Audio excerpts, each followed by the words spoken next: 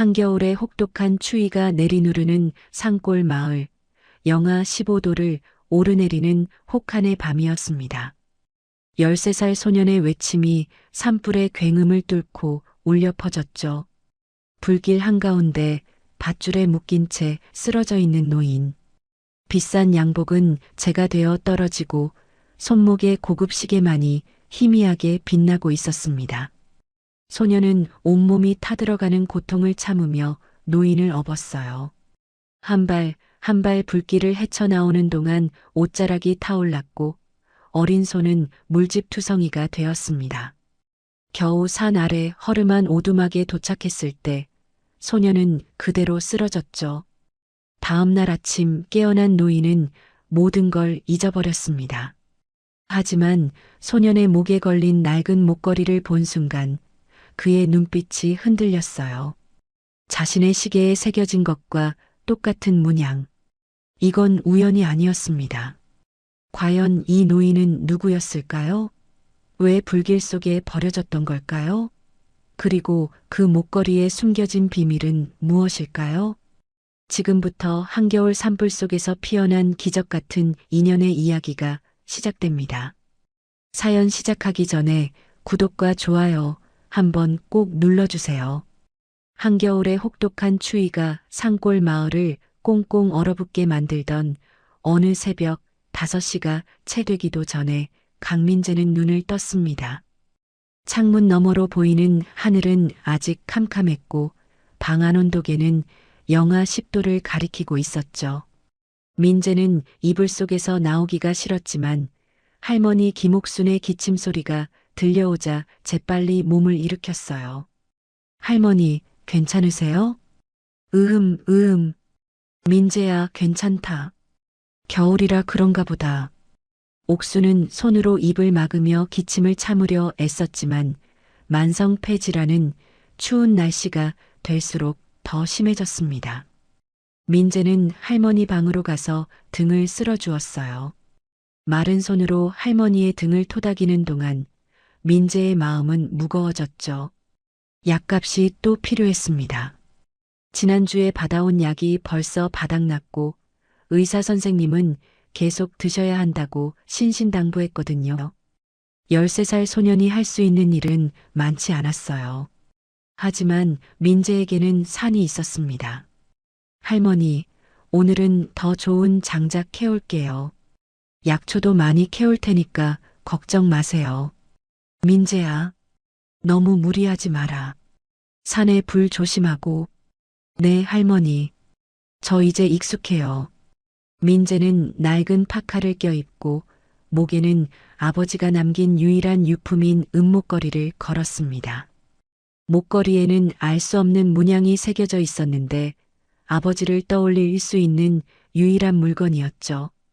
아버지 강태수는 몇 년 전 공사장 사고로 돌아가셨어요. 그날 이후 민재와 할머니는 둘만 남았습니다. 등에 커다란 지게를 지고 손에는 낡은 도끼와 약초 캐는 호미를 들었어요. 새벽 공기는 뼛속까지 파고드는 추위였지만 민재는 익숙하다는 듯 산길을 올랐습니다. 겨울산은 고요했어요. 나뭇잎은 다 떨어져 앙상한 가지들만 남았고 땅은 꽁꽁 얼어붙어 발걸음마다 바삭거리는 소리가 났죠. 산 중턱쯤 올라갔을 때 민재는 평소 자주 가던 장소에 도착했습니다. 여기는 마른 나무들이 많아서 장작으로 쓰기 좋았거든요. 도끼를 들고 나무를 찢기 시작했어요. 쨍, 쨍, 쨍. 도끼질 소리가 고요한 산에 울려 퍼졌습니다. 하나, 둘, 셋. 민재는 숫자를 세며 리듬을 맞춰 나무를 찍었어요. 손에 힘이 들어갈 때마다 입김이 하얗게 피어올랐죠. 1시간쯤 지났을까요? 지게에 장작이 제법 쌓였습니다. 이제 약초를 캐러 가야 했어요. 약초는 산 더 깊은 곳, 바위 틈새나 계곡 근처에 있었습니다. 민재는 호미를 들고 조심스럽게 더 깊숙이 들어갔죠. 겨울이라 약초가 많지는 않았지만 민재는 할머니께서 가르쳐 주신 대로 뿌리가 굵은 약초를 찾아냈어요. 이거면 약값에 보탤 수 있겠다. 민재는 작은 미소를 지으며 약초를 자루에 담았습니다. 그때였어요. 어디선가 차 소리가 들려왔죠. 산 중턱에 차가 올라온다는 게 이상했어요. 이 산길은 험해서 평소에는 차가 거의 다니지 않았거든요. 민재는 본능적으로 몸을 낮췄습니다. 큰 바위 뒤에 몸을 숨기고 조심스럽게 고개를 내밀었죠. 검은색 SUV 2대가 산길을 따라 올라오고 있었어요. 차들은 민재가 있는 곳에서 100여 미터쯤 떨어진 곳에 멈췄습니다. 차 문이 열리고 정장을 입은 남자들 서너 명이 내렸어요. 그리고 그 뒤로 한 노인이 끌려 나왔습니다. 노인은 고급스러운 양복을 입고 있었지만 얼굴은 핏기 하나 없이 창백했죠. 아버지, 이러지 마십시오. 조용히 가시면 편하게 해드리겠습니다. 젊은 남자의 목소리가 차갑게 울려 퍼졌어요. 민재는 숨을 죽였습니다. 저 사람들이 부자 관계라는 건 알 수 있었지만 무슨 일이 벌어지는 건지는 정확히 알 수 없었죠. 13살 소년의 눈에는 그저 아버지와 아들의 다툼처럼 보였을 뿐이었어요. 준혁아, 제발 이러지 마라. 내가 아무리 회사를 원해도 이런 식으로는 안 돼. 아버지는 너무 고지식하십니다. 시대가 변했어요. 이제는 강한 자가 살아남는 세상입니다. 노인은 무릎이 꺾이며 바닥에 주저앉았어요. 하지만 젊은 남자는 무표정한 얼굴로 고개를 끄덕였고 정장 입은 남자들이 노인의 손목과 발목을 밧줄로 묶기 시작했습니다. 준혁아, 안 돼. 제발. 노인의 절규가 산을 울렸지만 아무도 멈추지 않았어요. 민재는 온몸이 얼어붙는 것 같았습니다. 저건 분명 뭔가 큰일이었죠. 하지만 13살 소년이 어떻게 할 수 있을까요? 민재는 바위 뒤에서 숨도 제대로 쉬지 못한 채 상황을 지켜볼 수밖에 없었어요.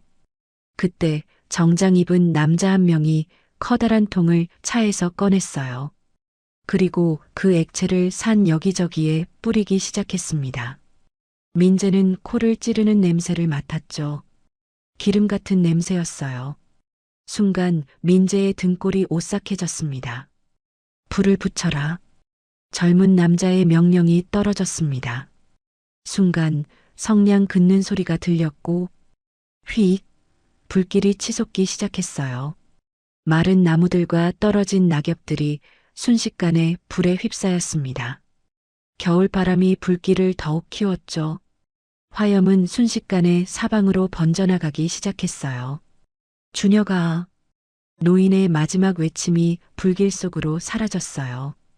검은 SUV들은 급히 산을 내려가기 시작했습니다. 민재는 바위 뒤에서 벌벌 떨고 있었죠. 불길은 점점 커져서 하늘까지 치솟았어요. 겨울산이라 나무들이 바짝 말라 있어서 불은 더욱 빠르게 번졌습니다. 저 사람, 아직 살아있어. 민재는 불길 너머로 움직이는 그림자를 보았습니다. 밧줄에 묶인 채 꿈틀거리는 노인의 모습이었죠. 민재의 머릿속이 복잡해졌어요. 저 사람을 구해야 할까요? 아니면 그냥 도망쳐야 할까요? 불길은 점점 커지고 있었고 조금만 늦으면 민재 자신도 위험해질 상황이었습니다. 할머니 얼굴이 떠올랐습니다. 민재야, 사람은 언제나 옳은 일을 해야 한다. 그게 힘들어도 말이다. 할머니가 평소에 하시던 말씀이었죠. 민재는 주먹을 꽉 쥐었어요. 아버지라면 어땠을까요? 아버지도 분명 저 사람을 구하러 갔을 거예요. 민재는 이를 악물었어요. 그리고 지게를 내려놓고 물통과 젖은 수건을 챙겼습니다. 파카를 벗어 물에 흠뻑 적시고 머리부터 발끝까지 덮었었죠. 도끼를 단단히 쥐고 심호흡을 했습니다. 할머니, 제가 옳은 일하는 거죠? 민재는 작게 중얼거리고는 불길 속으로 뛰어들었습니다. 열기가 온몸을 감쌌어요. 숨을 쉴 때마다 폐가 타는 것 같았죠. 눈을 뜨기도 힘들었지만 민재는 앞으로 나아갔습니다. 조금만, 조금만 더. 민재는 노인에게 다가갔어요. 노인은 밧줄에 묶인 채 의식을 잃어가고 있었습니다. 민재는 도끼를 들어 밧줄을 찢기 시작했죠. 손목의 밧줄이 끊어졌고 이어서 발목의 밧줄도 끊어졌습니다. 할아버지, 일어나세요. 민재는 노인을 흔들었지만 노인은 반응이 없었어요. 민재는 노인을 업으려 했지만 13살 소년의 힘으로는 어른을 업기가 쉽지 않았죠. 하지만 포기할 수 없었습니다. 민재는 있는 힘을 다해 노인을 등에 업었어요. 한 발 한 발 불길을 헤쳐나왔습니다. 민재의 옷자락이 타기 시작했어요. 손은 물집이 잡혔고 얼굴은 그을음으로 까맣게 변했죠. 숨을 쉴 때마다 목이 따가웠지만 민재는 멈추지 않았습니다. 조금만, 조금만 더. 할머니 집까지. 민재는 비틀거리며 산길을 내려왔어요. 불길이 점점 커져서 등 뒤에서 굉음을 내며 쫓아왔습니다. 민재는 넘어지고 또 넘어졌지만 그때마다 일어났죠. 노인을 놓칠 수 없었어요. 마침내 산 아래 할머니 집이 보였습니다. 민재는 마지막 힘을 짜내어 대문을 밀었어요. 할머니, 할머니. 민재의 외침을 들은 옥순이 급히 문을 열었습니다. 그리고 민재의 모습을 보고는 입을 막았죠. 민재야, 어떻게 된 거야? 할머니, 이분, 살려주세요. 민재는 노인을 할머니에게 맡기고는 그대로 쓰러졌습니다. 옥수는 당황했지만 재빨리 두 사람을 안으로 들였어요. 노인의 옷은 군데군데 타 있었고 얼굴은 그을음으로 뒤덮여 있었습니다. 옥수는 평생 산골에서 살며 익힌 응급처치 방법을 동원했어요. 찬물에 적신 수건으로 화상 부위를 식히고 집에서 기르던 약초를 지식여 상처에 발랐습니다. 노인의 호흡이 점점 안정되기 시작했죠. 민재도 깨어나 할머니를 도왔어요. 비록 온몸이 아팠지만 저 노인이 살아야 한다는 생각뿐이었습니다. 왜 그렇게 생각했는지는 민재 자신도 잘 몰랐어요. 그저 저 사람을 구해야만 한다는 느낌이 강하게 들었죠. 밤이 깊어갔습니다. 산에서는 여전히 불길이 타오르고 있었고 소방차 사이렌 소리가 멀리서 들려왔어요. 옥수는 민재를 꼭 안았습니다. 민재야, 너 정말 무모한 짓을 했구나. 할머니, 저 사람 안 구했으면 죽었을 거예요. 그래, 내가 한 일은 옳았어. 아버지도 분명 자랑스러워 하실 거야. 민재는 할머니 품에서 눈물을 흘렸습니다. 긴장이 풀리니 무서움이 밀려왔죠. 하지만 동시에 뿌듯함도 느껴졌어요. 자신이 한 사람의 목숨을 구했다는 사실이요. 노인은 여전히 깊은 잠에 빠져 있었습니다. 옥수는 노인의 손목을 보며 놀랐어요. 고급스러운 시계가 채워져 있었거든요. 그리고 양복의 재질도 예사롭지 않았죠. 민재야, 이분 보통 사람이 아닌 것 같구나. 할머니, 저 사람들이 불 지른 거예요. 일부러요. 민재는 산에서 목격한 일을 할머니에게 말했습니다. 옥순의 얼굴이 굳어졌죠. 그럼 저 사람들이 이분을 죽이려 한 거란 말이지? 네. 아들이라고 부르던데 아버지를 묶어서 불 속에 던져버렸어요. 옥수는 한숨을 쉬었습니다. 이건 단순한 문제가 아니었어요. 만약 저 사람들이 이 노인이 살아있다는 걸 알게 되면 민재와 자신도 위험해질 수 있었죠. 일단 이분이 깨어날 때까지 기다려보자. 그리고 경찰에 신고해야 할지 생각해보마. 민재는 고개를 끄덕였습니다. 그리고 노인의 얼굴을 바라봤어요. 그을음을 닦아낸 얼굴은 위험이 느껴졌습니다. 대체 이 사람은 누구일까요? 왜 아들에게 이런 일을 당한 걸까요? 민재는 자신의 목에 걸린 은목걸이를 만져봤어요. 아버지가 남긴 이 목걸이처럼 저 노인에게도 분명 이야기가 있을 거예요. 민재는 그 이야기가 궁금해졌습니다. 밤은 깊어갔고 산불은 여전히 타오르고 있었습니다. 하지만 이 작은 오두막 안에서는 기적처럼 두 사람의 목숨이 살아 숨쉬고 있었죠. 다음 날 아침 햇살이 창문 틈으로 비쳐 들어왔습니다. 민재는 노인 곁에서 밤을 지샜어요. 몇 번이나 졸음이 쏟아졌지만 혹시라도 노인의 상태가 나빠질까봐 눈을 붙이지 못했죠. 할머니 옥순도 민재 곁에서 함께 지켰습니다. 으윽, 노인이 신음소리를 냈어요. 민재는 벌떡 일어나 노인에게 다가갔습니다. 할아버지, 정신 차리셨어요? 노인은 천천히 눈을 떴어요. 처음에는 초점이 흐릿했지만 점차 주변을 인식하기 시작했죠. 하지만 노인의 표정은 혼란스러웠습니다. 여기가 어디지?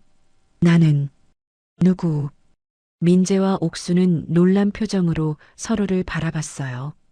노인이 기억을 잃은 것 같았습니다. 할아버지, 저예요. 어제 산에서 할아버지를 구했어요.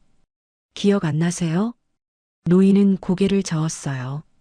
손으로 머리를 짚으며 괴로워했죠. 아무것도 기억이 안 나. 내가 누군지도 왜 여기 있는지도. 옥순이 다가가 노인의 어깨를 토닥였습니다. 천천히 생각해 보세요. 억지로 기억하려 하면 더 힘들어요. 노인은 주변을 둘러봤어요. 낡은 오두막, 허름한 가구들, 그리고 자신을 걱정스럽게 바라보는 소년과 할머니. 노인은 자신의 몸을 내려다봤습니다. 양복은 군데군데 타 있었고 손과 팔에는 화상 자국이 남아 있었죠. 내가 불에 탄 건가? 네, 할아버지. 산불이 났었어요. 제가 할아버지를 불 속에서 구했어요. 노인은 민재를 바라봤습니다. 13살밖에 안 된 소년이 자신을 불 속에서 구했다니. 노인의 눈가에 물기가 맺혔어요. 고맙다. 정말 고맙구나. 그때 노인의 시선이 민재의 목에 걸린 은목걸이에 멈췄습니다. 노인은 갑자기 얼어붙은 듯 움직임을 멈췄어요. 손을 천천히 들어 자신의 손목에 찬 시계를 보았죠. 시계에는 복잡한 문양이 새겨져 있었는데 그 문양이 민재의 목걸이 문양과 똑같았습니다. 이건 노인은 떨리는 손으로 민재의 목걸이를 가리켰어요. 그 목걸이 어디서 난 거지? 민재는 목걸이를 만지며 대답했습니다. 아버지 유품이에요. 아버지가 돌아가시기 전에 제게 주셨어요. 아버지가 엄청 소중히 여기시던 거래요. 노인의 얼굴이 창백해졌습니다. 무언가 기억의 파편이 스치는 것 같았지만 명확하게 잡히지 않았어요. 다만 이 목걸이가 중요하다는 느낌만은 강하게 들었죠. 네, 아버지. 성함이 어떻게 되시니? 강태수요. 몇 년 전에 공사장 사고로 돌아가셨어요. 노인은 그 이름을 곱씹었습니다. 강태수? 어디선가 들어본 것 같은 이름이었어요. 하지만 여전히 기억은 돌아오지 않았죠. 옥순이 끓여온 따뜻한 죽을 노인에게 건넸습니다. 일단 드세요. 기억은 천천히 돌아올 거예요. 노인은 죽을 받아 한 숟갈 떴어요. 따뜻한 죽이 목으로 넘어가자 조금 기운이 도는 것 같았습니다. 민재는 노인 옆에 앉아 걱정스러운 눈빛으로 바라봤죠. 할아버지, 어제 산에서 누가 할아버지를 해치려고 했어요. 노인의 손이 멈췄습니다. 뭐라고? 민재는 어제 목격한 일을 자세히 설명했어요. 검은 SUV 정장 입은 남자들, 그리고 할아버지를 아버지라고 부르던 젊은 남자, 밧줄로 묶이고 불이 지펴졌던 일까지요. 노인은 민재의 말을 들으며 점점 표정이 굳어갔습니다. 비록 기억은 나지 않았지만 민재의 이야기는 거짓말 같지 않았어요. 그리고 왠지 모를 분노가 치밀어 올랐죠. 내 아들이 나를. 노인은 주먹을 꽉 쥐었습니다. 비록 얼굴도 이름도 기억나지 않지만 자신의 아들이 자신을 죽이려 했다는 사실은 충격적이었어요. 옥순이 걱정스럽게 말했습니다. 저희가 경찰에 신고해야 할까요?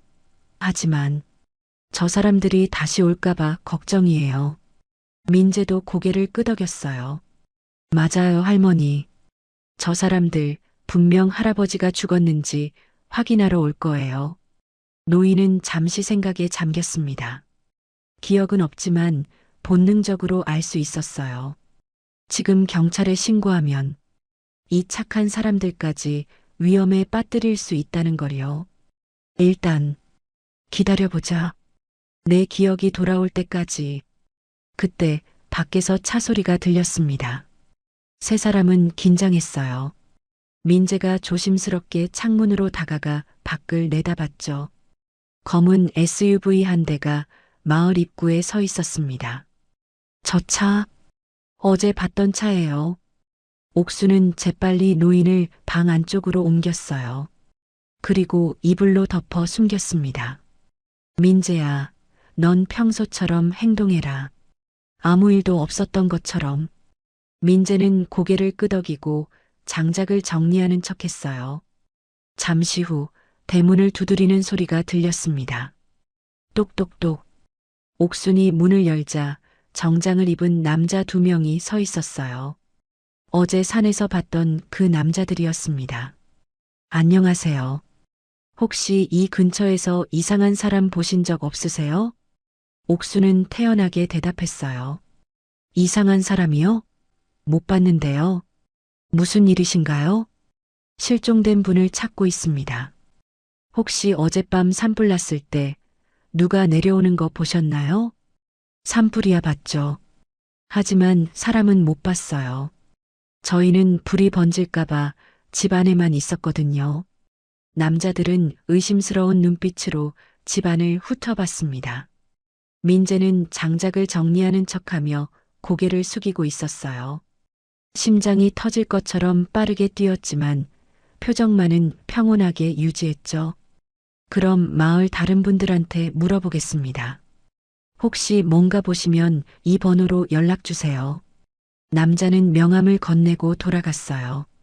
옥수는 명함을 받아들고 남자들이 완전히 사라질 때까지 기다렸습니다. 차 소리가 멀어지자 옥수는 한숨을 크게 내쉬었어요. 휴, 정말 간담이 서늘했구나. 민재가 방으로 달려가 노인을 확인했습니다. 할아버지, 괜찮으세요? 노인은 이불 속에서 나오며 고개를 끄덕였어요. 미안하다. 너희들을 위험에 빠뜨렸구나. 괜찮아요. 우리가 할아버지를 지킬게요. 노인은 민재의 순수한 눈빛을 보며 가슴이 뭉클해졌습니다. 이 어린 소년이 자신의 목숨을 구했을 뿐만 아니라 지금도 자신을 지키려 하고 있었죠. 옥순이 명함을 보며 중얼거렸어요. 한울그룹 비서실. 어머, 민재야. 이거 대기업이잖니. 민재도 명함을 보았습니다. 한울그룹. 들어본 적 있는 이름이었어요. 뉴스에서 자주 나오는 큰 회사였죠. 그럼 할아버지가 이 회사 사람인가요? 노인은 명함을 받아들었습니다. 한울그룹. 그 이름을 보는 순간 머릿속에 무언가 스쳤어요. 높은 빌딩, 회의실, 서류 더미. 하지만 여전히 명확하지 않았습니다. 잘 모르겠구나. 하지만 이 회사가 낯설지는 않아. 그날 저녁 옥수는 텔레비전을 켰어요. 뉴스가 나오고 있었습니다. 한울그룹 한영철 회장이 실종된 지 이틀째입니다. 경찰은 회장의 행방을 추적 중이며 아들인 한준혁 부회장은 사설 수색팀까지 동원해 아버지를 찾고 있다고 밝혔습니다. 화면에 한 남자의 얼굴이 나왔어요. 민재는 벌떡 일어났습니다. 저 사람, 어제 산에서 봤던 사람이에요. 화면 속 한준혁은 카메라 앞에서 눈물을 흘리고 있었어요. 아버지, 어디 계세요? 제발 무사히 돌아오세요. 저희 가족은 아버지 없이는 살 수 없습니다. 노인은 화면을 멍하니 바라봤습니다. 저 남자, 자신의 아들이라고 했죠. 하지만 화면 속에서 오는 저 모습과 민재가 말한 냉혹한 모습이 같은 사람이라는 게 믿기지 않았어요. 뉴스는 계속 이어졌습니다. 한울그룹 측은 회장 실종 사건과 관련해 산불과의 연관성은 없다고 밝혔습니다. 산불은 건조한 날씨로 인한 자연 발화로 추정된다고. 민재는 화가 났어요. 거짓말이에요. 저 사람들이 일부러 불 질렀어요. 노인도 주먹을 쥐었습니다. 비록 기억은 없지만 진실은 분명했어요. 저들이 자신을 죽이려 했고 이제는 거짓으로 세상을 속이고 있었습니다. 내가 한영철이란 말인가. 노인은 자신의 이름을 되뇌었어요. 한영철, 한울그룹 회장. 하지만 여전히 실감이 나지 않았습니다. 기억 속의 자신과 지금의 자신이 연결되지 않았죠. 옥순이 걱정스럽게 말했어요. 이제 어쩌죠? 저 사람들이 회장님을 찾고 있어요. 언젠가는 이곳도 뒤질 거예요. 한영철은 고개를 끄덕였습니다. 여기 있으면 너희들까지 위험해진다. 나 어디론가 가야 할 것 같구나. 안 돼요. 민재가 소리쳤어요. 할아버지 혼자 가시면 위험해요. 저희가 할아버지를 지킬게요. 한영철은 민재의 손을 꽉 잡았습니다. 고맙다, 민재야. 하지만 할아버지. 민재는 진지한 눈빛으로 한영철을 바라봤어요. 아버지가 돌아가시기 전에 말씀하셨어요. 사람은 혼자서는 살 수 없다고. 서로 도우며 살아야 한다고. 저 할아버지를 도우고 싶어요. 한영철의 눈가에 눈물이 맺혔습니다. 이 순수한 소년이 자신의 목숨보다 타인을 먼저 생각하는 이 아이가 너무나 소중하게 느껴졌어요. 옥순도 한영철의 어깨를 토닥였습니다. 회장님, 일단 여기서 몸조리하세요. 기억이 돌아올 때까지 저희가 지킬게요. 한영철은 고개를 숙였어요. 정말 감사합니다. 은혜를 꼭 갚겠습니다. 그날 밤 민재는 한영철 옆에 누웠습니다. 할머니는 방 한쪽에서 주무셨고 집안은 고요했어요. 민재는 목에 걸린 은목걸이를 만지며 중얼거렸습니다. 아버지, 제가 잘하고 있는 거죠? 한영철은 민재의 목걸이를 바라봤어요. 자신의 시계에 새겨진 문양과 똑같은 그 문양. 분명 이건 우연이 아니었습니다. 무언가 깊은 인연이 있을 거예요. 한영철은 천장을 바라보며 생각에 잠겼습니다. 기억을 되찾아야 했어요. 그래야 진실을 밝히고 이 착한 사람들을 지킬 수 있었죠. 그리고 저 배신자 아들에게 반드시 대가를 치르게 해야 했습니다. 밤은 깊어갔고 산불의 잔해에서는 아직도 연기가 피어오르고 있었습니다. 하지만 이 작은 오두막 안에서는 세 사람의 마음이 하나로 이어지고 있었죠. 위기는 아직 끝나지 않았지만 그들에게는 서로가 있었습니다. 사흘째 되는 날 한영철의 상태는 많이 나아졌습니다. 화상도 옥순의 정성스러운 치료 덕분에 빠르게 회복되고 있었죠. 하지만 기억은 여전히 돌아오지 않았어요. 단지 단편적인 이미지들만 머릿속을 스쳐 지나갈 뿐이었습니다. 민재는 여전히 매일 산에 올라 장작을 캤어요. 할머니 약값은 계속 필요했고 이제는 한영철까지 챙겨야 했으니까요. 하지만 민재는 전혀 힘들다는 내색을 하지 않았습니다. 오히려 한영철에게 웃으며 말했죠. 할아버지, 저 힘세요. 이 정도는 문제 없어요. 한영철은 민재의 그런 모습을 보며 가슴이 아팠어요. 13살 소년이 이렇게 고생하는데 자신은 아무것도 해줄 수 없었으니까요. 그래서 한영철은 집안일을 거들었습니다. 청소도 하고 장작도 패고 할 수 있는 건 다 했죠. 회장님, 무리하시면 안 돼요. 옥순이 걱정했지만 한영철은 고개를 저었어요. 괜찮습니다. 이것밖에 못하는데 이라도 해야죠. 어느 날 오후 민재가 산에서 내려오는 길이었어요. 평소보다 장작을 많이 캐서 지게가 무거웠죠. 민재는 힘겹게 발걸음을 옮기고 있었습니다. 그때 마을 입구에서 또다시 검은 SUV를 봤어요. 민재는 재빨리 숲속으로 몸을 숨겼습니다. 차에서 정장 입은 남자들이 내렸고 이번에는 마을 사람들을 한 명씩 불러 세우고 있었어요. 혹시 이 사진 속 사람 보신 적 있으세요? 남자는 한영철의 사진을 보여주며 물었습니다. 마을 사람들은 고개를 저었죠. 못 봤는데요. 여기는 외지 사람 잘 안 와요. 민재는 숨을 죽이고 상황을 지켜봤어요.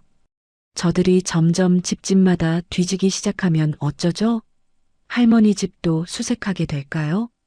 민재는 서둘러 뒷길로 집에 도착했습니다. 숨을 헐떡이며 대문을 열자 한영철과 옥순이 놀란 표정으로 맞이했어요. 민재야, 무슨 일이야?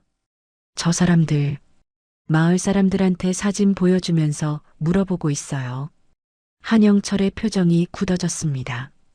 시간이 얼마 남지 않은 것 같았어요. 곧 이 집까지 올 게 분명했죠. 피해야겠구나. 한영철이 일어서려 하자 옥순이 막았습니다. 어디로 가시려고요? 몸도 아직 완전히 회복 안 됐는데. 하지만 여기 있으면 당신들까지. 그때 민재가 번뜩이는 눈빛으로 말했어요. 산 중턱에 오두막이 있어요. 제가 겨울에 쉬는 곳이에요. 거기면 아무도 모를 거예요. 옥수는 고개를 끄덕였습니다. 그래, 좋은 생각이다. 회장님, 거기로 가세요. 민재가 안내할게요. 한영철은 두 사람의 얼굴을 번갈아 봤어요. 자신 때문에 이렇게 고생하는 게 미안했지만 지금은 다른 방법이 없었습니다. 알겠습니다. 민재야, 안내 부탁한다. 민재는 한영철을 데리고 뒷산으로 올라갔어요. 사람들 눈에 띄지 않도록 숲길로만 다녔죠. 1시간쯤 걸려서 산 중턱 오두막에 도착했습니다. 오두막은 작았지만 비바람은 막을 수 있었어요. 민재가 평소에 쓰던 담요와 장작이 쌓여 있었죠. 할아버지, 여기서 조금만 계세요. 제가 음식이랑 물 가져올게요. 민재야, 고맙다. 한영철은 민재의 머리를 쓰다듬었어요. 민재는 웃으며 오두막을 나갔습니다. 한영철은 오두막 안에 홀로 남았어요. 창문으로 보이는 산 아래 마을, 그리고 자신을 찾는 저들의 모습이 아득하게 느껴졌죠. 한영철은 주먹을 쥐었습니다. 기억해야 해. 내가 누군지, 무슨 일이 있었는지. 한영철은 눈을 감고 집중했어요. 머릿속 깊은 곳에서 무언가가 움직이는 것 같았습니다. 회의실, 서류, 누군가의 목소리. 아버지, 이 정도면 충분하지 않습니까? 안 돼, 준혁아. 회사는 정직하게 운영해야 한다. 시대가 바뀌었어요, 아버지. 이렇게 해서는 살아남을 수 없습니다. 한영철은 고개를 움켜쥐었어요. 기억이 조금씩 돌아오고 있었습니다. 아들 준혁과의 대화, 회사 운영 방침을 두고 다퉜던 일. 그래, 준혁이가 부정한 방법으로 돈을 벌려고 했어. 나는 그걸 막으려 했고, 한영철은 점점 더 많은 것을 기억해냈어요. 준혁이 해외에 비자금을 숨겼던 일, 불법 거래를 했던 일, 그리고 자신이 그 증거를 확보했던 일까지요. 증거, 내 서재에 숨겨뒀어. 준혁이가 그걸 알고 한영철은 모든 퍼즐이 맞춰지는 걸 느꼈습니다. 준혁이 자신을 제거하려 한 이유는 바로 그 증거 때문이었어요. 자신만 사라지면 준혁은 회사를 마음대로 할 수 있었죠. 그리고 산불까지. 한영철은 또 다른 기억을 떠올렸어요. 준혁이 산림개발 사업을 추진하려 했던 일. 환경 파괴 논란으로 정부 허가가 나지 않자 준혁은 다른 방법을 찾았던 거예요. 산불을 내서 산림을 태워버리고 그 뒤에 개발하려는 계획이었죠. 그 악질 같은 놈이. 한영철은 분노로 온몸이 떨렸습니다. 자신의 아들이 돈을 위해 자연을 파괴하고 아버지까지 죽이려 했다니요. 그때 오두막 문이 열렸어요. 민재가 음식과 물을 들고 들어왔습니다. 할아버지, 괜찮으세요? 얼굴이 안 좋아 보여요. 한영철은 민재를 보며 표정을 누그러뜨렸어요. 괜찮다, 민재야. 그냥 생각이 좀 복잡해서. 민재는 음식을 내려놓고 한영철 옆에 앉았어요. 할아버지, 기억 좀 나셨어요? 한영철은 잠시 망설이다가 고개를 끄덕였습니다. 조금씩 돌아오고 있어.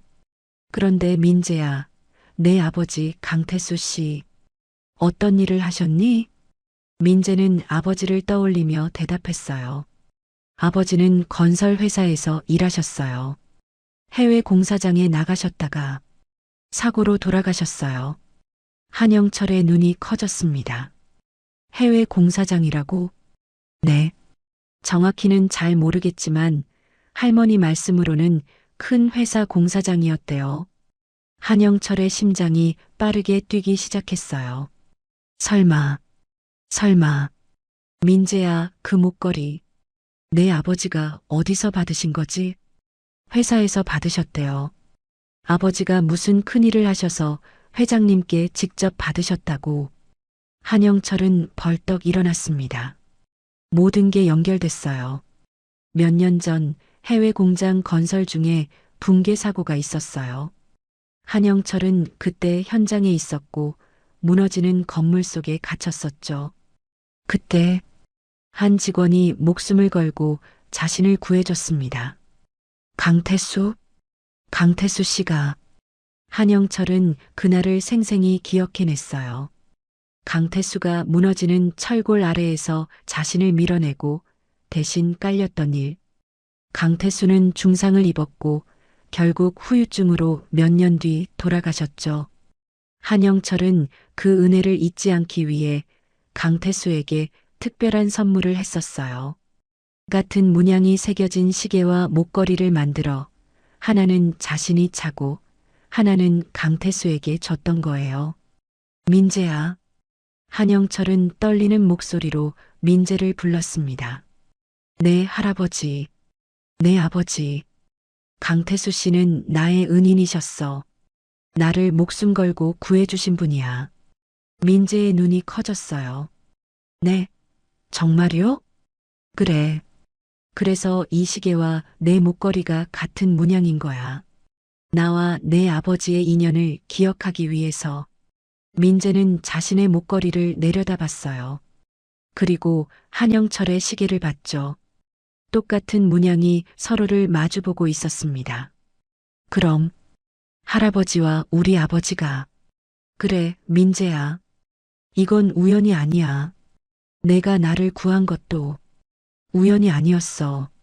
한영철은 민재를 꼭 안았어요. 은인의 아들이 다시 자신의 목숨을 구해준 거였습니다. 이 얼마나 놀라운 인연인가요? 민재도 한영철을 안으며 눈물을 흘렸어요. 아버지가 저를 보내주신 거예요. 할아버지를 구하라고. 두 사람은 한참 동안 그렇게 안고 있었습니다. 하늘에서 강태수가 이 모든 걸 지켜보고 있는 것 같았어요. 잠시 후 한영철은 민재에게 말했습니다. 민재야, 나 이제 기억이 거의 다 돌아왔어. 내가 누구인지, 무슨 일이 있었는지. 그럼 이제 어떻게 하실 거예요? 한영철의 눈빛이 단호해졌어요. 준혁을 막아야 해. 그 아이가 저지른 일들을 세상에 알려야 해. 그리고 내 아버지의 은혜를 제대로 갚아야지. 민재는 고개를 끄덕였습니다. 제가 도울게요, 할아버지. 고맙다, 민재야. 하지만 위험할 거야. 괜찮아요. 우리 아버지도 할아버지를 위해 목숨 걸었잖아요. 저도 할 수 있어요. 한영철은 민재의 용기에 감동받았어요. 이 어린 소년이 자신의 아버지만큼이나 용감했습니다. 알겠다. 그럼 함께 하자. 우리 둘이서. 그날 밤 한영철과 민재는 계획을 세웠어요. 먼저 서울로 가서 증거를 확보해야 했습니다. 한영철의 서재에 숨겨둔 준혁의 비리 증거들, 그리고 산불 방화의 증거까지요. 하지만 쉽지 않을 거예요. 준혁은 이미 회사를 장악하고 있을 테니까요. 한영철이 나타나면 준혁은 모든 수단을 동원해 막으려 할 겁니다. 위험하겠지만 해야 해. 한영철은 결심했어요. 이제 더 이상 숨어 있을 수 없었습니다. 진실을 밝히고 정의를 세워야 했죠. 민재도 주먹을 꽉 쥐었습니다. 할아버지, 우리가 꼭 이길 거예요. 그래, 민재야. 우리가 이긴다. 두 사람의 눈빛에는 확고한 결의가 담겨 있었습니다. 이제 반격이 시작될 거예요. 다음 날 새벽 오두막 문을 두드리는 소리가 들렸습니다. 한영철과 민재는 긴장했어요. 하지만 곧 옥순의 목소리가 들렸죠. 민재야, 나야. 민재가 문을 열자 옥순이 급한 표정으로 들어왔습니다. 큰일 났어. 저 사람들이 우리 집을 수색하겠대. 한영철의 얼굴이 굳어졌어요. 언제요? 오늘 오후래. 마을 전체를 다 뒤지겠다고 했어. 민재는 주먹을 쥐었습니다. 그럼 할아버지가 여기 있는 것도 곧 들킬 거예요. 한영철은 잠시 생각에 잠겼어요. 시간이 없었습니다. 이대로 있다가는 발각될 게 분명했죠. 그렇다고 도망칠 곳도 마땅치 않았어요. 어머니, 한영철이 옥순을 불렀습니다. 저, 경찰에 신고하는 게 어떨까요? 옥순은 고개를 저었어요. 회장님, 그건 위험해요. 준혁 씨가 워낙 힘이 센 사람이잖아요. 경찰도 믿을 수 있을지. 한영철은 옥순의 말이 맞다는 걸 알았어요. 준혁은 이미 많은 사람들을 매수했을 겁니다. 경찰 중에도 준혁 편이 있을 거예요. 그럼 언론은 어떨까요? 민재가 제안했습니다. 뉴스에 나가면 저 사람들도 함부로 못할 거예요. 한영철은 민재의 말을 곱씹었어요. 맞았습니다. 언론에 공개되면 준혁도 함부로 움직일 수 없을 거예요. 좋은 생각이야, 민재야. 하지만 어떻게 언론에 연락하지? 옥순이 핸드폰을 꺼냈어요. 제가 아는 기자가 한 명 있어요. 마을 소식 취재하러 왔던 분인데. 정말요? 그분께 연락해 주시겠어요? 해보죠. 하지만 믿을 수 있을지는 모르겠어요. 옥수는 기자에게 전화를 걸었습니다. 몇 번의 신호음 후 전화가 연결됐어요. 여보세요? 저 김옥순인데요. 네, 산골 마을에 사는. 네, 맞아요. 저기, 혹시 지금 시간 되세요? 큰 특종이 있는데. 옥수는 조심스럽게 상황을 설명했어요. 전화 너머로 기자의 놀라는 목소리가 들렸습니다. 정말요? 하늘그룹 회장님이 거기 계시다고요? 알겠습니다. 제가 바로 갈게요. 전화를 끊은 옥수는 안도의 한숨을 쉬었어요. 오신대요. 2시간 후에 도착하신대요. 한영철은 고개를 끄덕였습니다. 감사합니다, 어머니. 괜찮아요. 우리가 해야 할 일이니까요. 민재는 창밖을 내다봤어요. 산 아래에서는 여전히 검은 SUV들이 마을을 돌아다니고 있었습니다. 시간이 촉박했어요. 2시간 후 한 여기자가 산을 올라왔어요. 카메라맨과 함께였죠. 옥순이 안내해서 오두막까지 데려왔습니다. 안녕하세요. 저 중앙일보 이수진 기자입니다. 이수진은 한영철을 보고 눈이 커졌어요. 정말 한울그룹 회장이었습니다. 회장님, 정말 살아계셨군요. 어떻게 된 일인가요? 한영철은 모든 것을 설명했어요. 준혁이 자신을 죽이려 했던 일, 산불을 일부러 낸 일, 그리고 민재가 자신을 구해준 일까지요. 이수진은 열심히 메모하며 들었습니다. 증거가 있으신가요? 제 서재에 준혁의 비리 증거가 숨겨져 있습니다. 그리고 산불 현장을 조사하면 인위적으로 불을 낸 흔적이 나올 겁니다. 알겠습니다. 제가 이 사실을 보도하겠습니다. 기자님, 한영철이 진지하게 말했어요. 이 일을 보도하시면 준혁이 가만히 있지 않을 겁니다. 위험할 수 있어요. 이수진은 웃으며 대답했습니다. 괜찮아요. 저는 진실을 보도하는 게 제 일이니까요. 이수진은 한영철과 민재를 인터뷰했어요. 카메라맨이 영상을 찍었죠. 민재는 처음엔 긴장했지만 곧 자신 있게 말했습니다. 저는 할아버지를 불 속에서 구했어요. 그리고 할아버지를 해치려는 나쁜 사람들로부터 지킬 거예요. 이수진은 민재의 용기에 감동받았어요. 정말 대단한 소년이네요. 인터뷰가 끝나고 이수진은 급히 산을 내려갔습니다. 저녁 뉴스에 이 내용을 보도하기 위해서였죠. 그날 저녁 6시 뉴스 속보가 터졌습니다. 속보입니다. 실종됐던 한울그룹 한영철 회장이 살아있는 것으로 확인됐습니다. 회장은 자신의 아들 한준혁 부회장이 자신을 살해하려 했다고 주장했는데요. 화면에는 한영철과 민재의 인터뷰 영상이 나왔어요. 한영철은 담담하게 진실을 말했고 민재는 구조 과정을 설명했습니다. 뿐만 아니라 최근 발생한 대형 산불도 한준혁 부회장이 산림 개발을 위해 인위적으로 일으킨 것으로 알려졌습니다. 경찰은 즉각 수사에 착수했습니다. 한울그룹 본사는 발칵 뒤집혔어요. 준혁은 회장실에서 뉴스를 보며 책상을 내리쳤습니다. 이럴 수가, 저 노인네가 살아있다니. 비서가 급히 들어왔어요. 부회장님, 경찰이 회사로 오고 있습니다. 뭐라고? 준혁은 창밖을 내다봤어요. 경찰차 여러 대가 회사 앞에 도착하고 있었습니다. 증거를 없애, 서재에 있는 서류들 전부 태워버려. 하지만 부회장님, 빨리 안 해. 준혁은 다급하게 소리쳤어요. 하지만 이미 늦었습니다. 경찰이 회장실 문을 열고 들어왔죠. 한준혁 씨, 살인 미수와 방화 혐의로 체포합니다. 뭐, 나를 체포한다고? 증거가 어디 있어? 경찰은 수갑을 채우며 말했어요.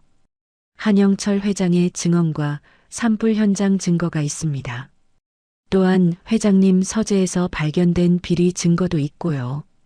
준혁의 얼굴이 새하얗게 질렸어요.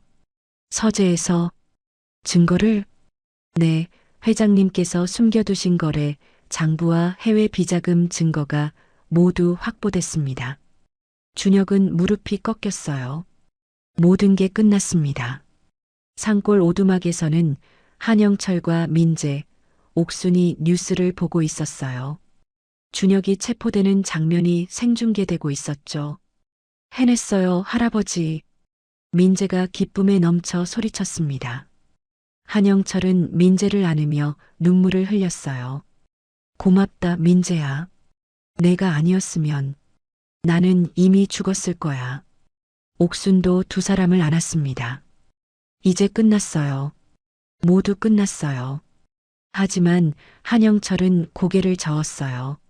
아니에요, 어머니. 이제 시작입니다. 시작이요? 네. 이제 제대로 된 감사를 드려야죠. 민재에게, 어머니께. 한영철은 민재의 손을 잡았어요. 민재야, 내 아버지가 나를 구해주셨고 너도 나를 구해주었어. 이 은혜를 평생 잊지 않을 거야. 민재는 고개를 저었습니다. 할아버지, 저는 당연한 일을 한 거예요. 아니야, 민재야. 내가 한 일은 당연한 게 아니야. 목숨을 건 용기였어. 한영철은 민재를 꼭 안았습니다. 그리고 마음속으로 다짐했어요. 이 아이와 할머니를 평생 지키겠다고요. 며칠 후 한영철은 서울로 돌아갔습니다. 민재와 옥순도 함께 갔죠. 하늘그룹 본사 앞에는 수많은 기자들이 모여 있었어요. 회장님, 살아계셔서 다행입니다. 민재 군, 정말 용감한 소년이네요. 플래시가 터지고 질문이 쏟아졌습니다. 한영철은 민재의 손을 꼭 잡고 앞으로 나아갔어요. 회사 로비에 들어서자 직원들이 모두 일어나 박수를 쳤습니다. 한영철은 감동받았어요. 자신을 기다려준 사람들이 있었다는 게요. 이사회실에서는 긴급 회의가 열렸습니다. 준혁의 비리가 모두 밝혀졌고 회사는 정상화 과정을 시작했어요. 회장님, 준혁 전 부회장은 살인 미수, 방화, 횡령, 배임 등 여러 죄목으로 기소됐습니다. 알겠네. 법대로 처리하게. 한영철은 담담하게 말했어요. 비록 자신의 아들이지만 저지른 죄는 반드시 대가를 치러야 했습니다. 회의가 끝난 후 한영철은 민재를 데리고 자신의 회장실로 갔어요. 넓은 사무실, 높은 천장, 거대한 창문. 민재는 입을 다물지 못했습니다. 와, 여기가 할아버지 방이에요? 그래, 민재야. 그런데 말이지. 한영철은 민재를 앉히고 진지하게 말했어요. 민재야, 나는 내게 큰 빚을 졌어.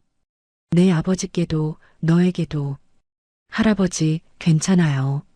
저는. 아니야, 민재야. 들어봐. 한영철은 서랍에서 서류 뭉치를 꺼냈어요. 이건 내 학비와 할머니 의료비를 위한 계좌야. 평생 걱정 없이 쓸 수 있을 만큼 넣어뒀어. 민재는 고개를 저었습니다. 할아버지, 저는 돈이 필요 없어요. 할아버지가 건강하시면 그걸로 충분해요. 한영철은 민재의 순수함에 또다시 감동받았어요. 고맙다, 민재야. 하지만 이건 내 마음이야. 받아줘. 민재는 망설이다가 고개를 끄덕였습니다. 그럼 할머니 약값으로만 쓸게요. 그래, 그렇게 해. 그리고 민재야. 한영철은 민재의 어깨에 손을 얹었어요. 나중에 크면 우리 회사에 와줄래? 내 같은 정직하고 용감한 사람이 이 회사에 필요해. 민재의 눈이 반짝였습니다. 정말요? 제가 이 큰 회사에 들어올 수 있어요? 물론이지. 넌 이미 이 회사의 은인이야. 아니, 우리 가족이야. 민재는 눈물을 흘렸어요. 아버지를 잃고 가난하게 살던 자신이 이렇게 큰 가족을 얻게 될 줄은 몰랐죠. 고맙습니다, 할아버지. 정말 고맙습니다. 아니야, 민재야. 고마운 건 나야. 두 사람은 서로를 꼭 안았습니다. 창밖으로는 서울의 야경이 펼쳐져 있었어요. 겨울의 추위는 여전했지만 두 사람의 마음은 따뜻했습니다. 며칠 후 검찰청에서는 한준혁에 대한 본격적인 조사가 시작됐습니다. 준혁은 구치소 독방에 갇혀 있었어요. 화려했던 부회장 시절과는 너무나 다른 모습이었죠. 한준혁 씨, 산불 방화 사건에 대해 자백하시겠습니까? 검사가 차갑게 물었습니다. 준혁은 고개를 숙인 채 아무 말도 하지 않았어요. 증거는 이미 충분합니다. 산불 현장에서 발견된 화학 물질, 당신 회사 직원들의 증언, 그리고 블랙박스 영상까지. 준혁의 주먹이 떨렸어요. 모든 게 무너져 내렸습니다. 자신이 그토록 원하던 회사도, 권력도, 명예도 이제 다 사라졌죠. 검사님, 준혁이 처음으로 입을 열었어요. 제가 정말 잘못했습니다. 검사는 준혁을 차갑게 바라봤습니다. 지금 후회해도 늦었습니다. 당신은 자신의 아버지를 죽이려 했고 살림을 태웠습니다. 그 과정에서 얼마나 많은 생명들이 피해를 입었는지 아십니까? 준혁은 대답하지 못했어요. 자신이 저지른 일의 무게가 이제야 실감났습니다. 한편 한영철은 민재와 옥순을 데리고 병원에 갔습니다. 옥순의 폐 질환을 제대로 치료하기 위해서였죠. 김옥순 환자분 검사 결과가 나왔습니다. 의사가 엑스레이 사진을 보여주며 설명했어요. 상태가 좋지 않습니다. 하지만 적절한 치료를 받으면 충분히 나아질 수 있어요. 한영철은 안도의 한숨을 쉬었습니다. 비용은 걱정 마세요, 선생님. 최고의 치료를 받게 해주세요. 알겠습니다, 회장님. 옥수는 한영철에게 미안한 표정을 지었어요. 회장님, 너무 신경 쓰시는 거 아니에요? 저는 괜찮은데. 어머니, 무슨 말씀이세요? 어머니와 민재가 아니었으면 저는 이 세상에 없었을 거예요. 민재는 할머니의 손을 잡았습니다. 할머니, 이제 아프지 마세요. 저 너무 걱정됐어요. 옥수는 민재의 머리를 쓰다듬으며 눈물을 흘렸어요. 고맙다, 우리 민재. 정말 고맙다. 병원을 나와 차에 탔을 때 한영철은 운전기사에게 말했습니다. 산불 현장으로 가주게. 네, 회장님. 차는 산골 마을로 향했어요. 1시간쯤 달려서 산불이 났던 곳에 도착했습니다. 산은 여전히 까맣게 탄 흔적이 남아 있었어요. 나무들은 모두 재가 됐고 땅은 황폐해져 있었죠. 한영철은 차에서 내려 산을 바라봤습니다. 민재도 함께 내렸어요. 여기가 할아버지를 구한 곳이에요. 민재가 불타버린 나무를 가리키며 말했어요. 저기에 할아버지가 묶여 계셨어요. 한영철은 그 자리로 걸어갔습니다. 까맣게 탄 땅을 밟으며 그날의 기억을 떠올렸어요. 죽음이 눈앞에 있었고 모든 게 끝났다고 생각했었죠. 하지만 민재가 나타났습니다. 민재야. 한영철이 민재를 불렀어요. 네, 할아버지. 내가 나를 구하러 왔을 때 무섭지 않았니? 민재는 잠시 생각하다가 대답했습니다.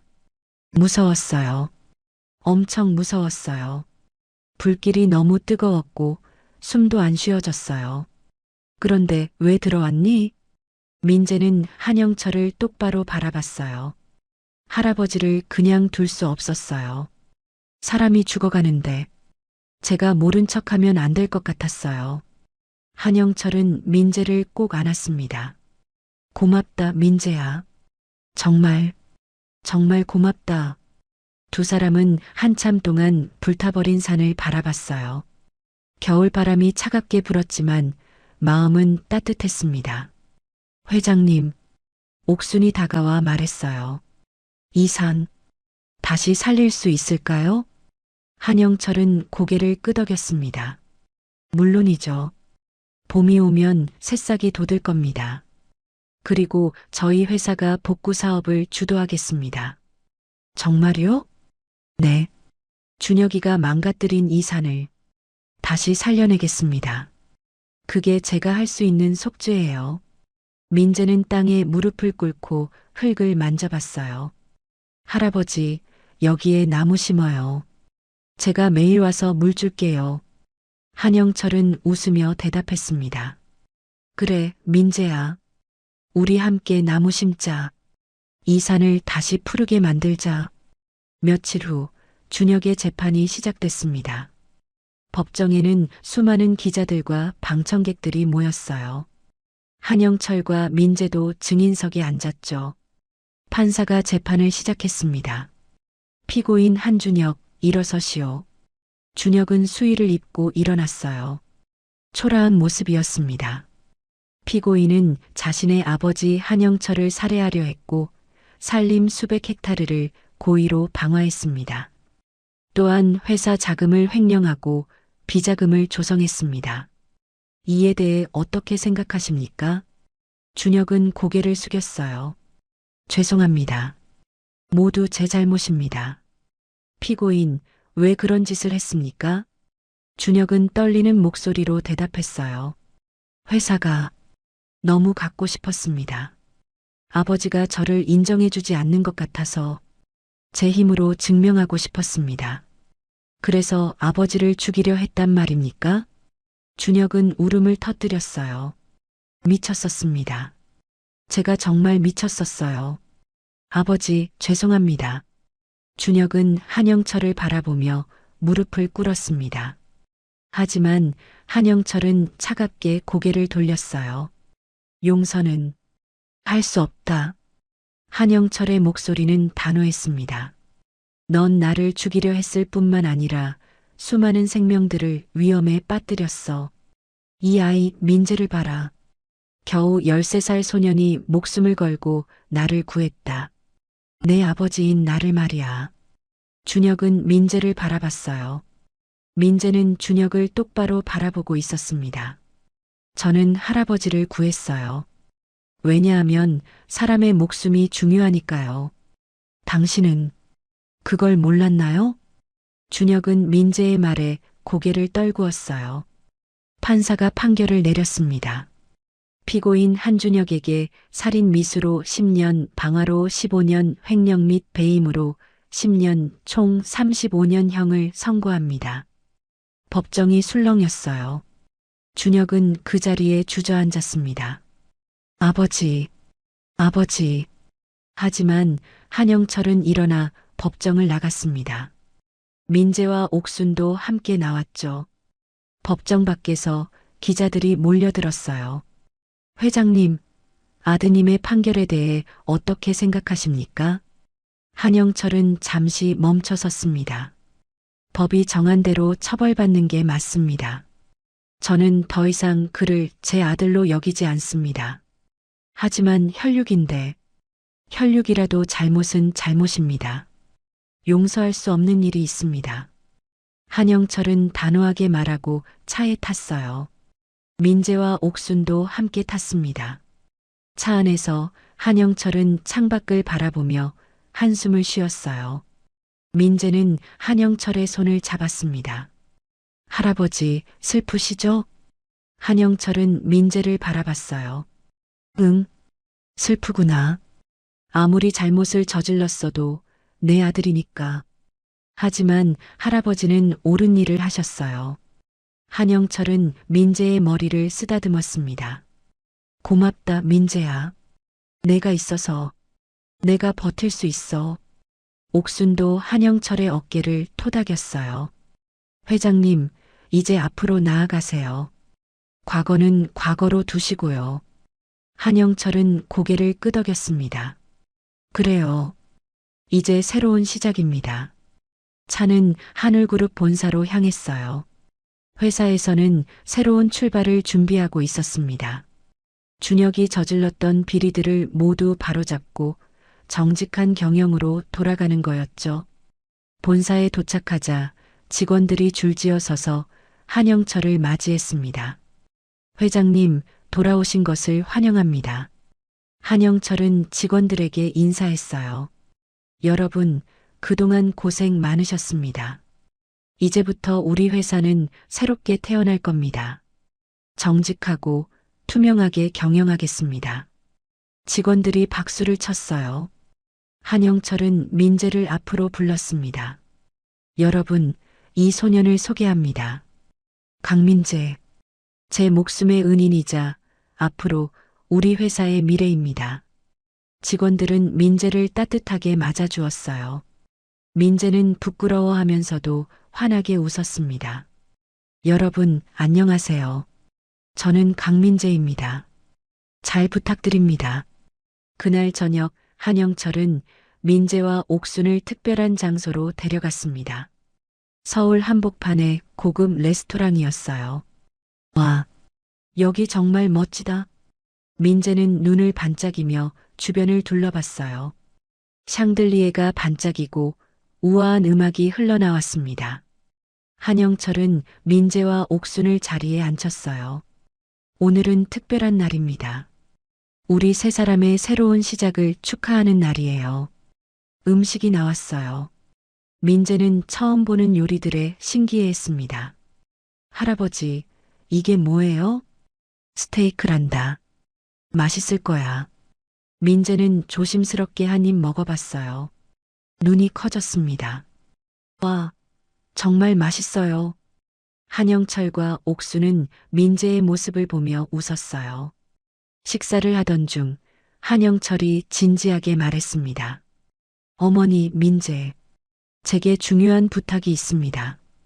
무슨 부탁이신데요, 회장님? 앞으로 저와 함께 서울에서 사시면 안 될까요?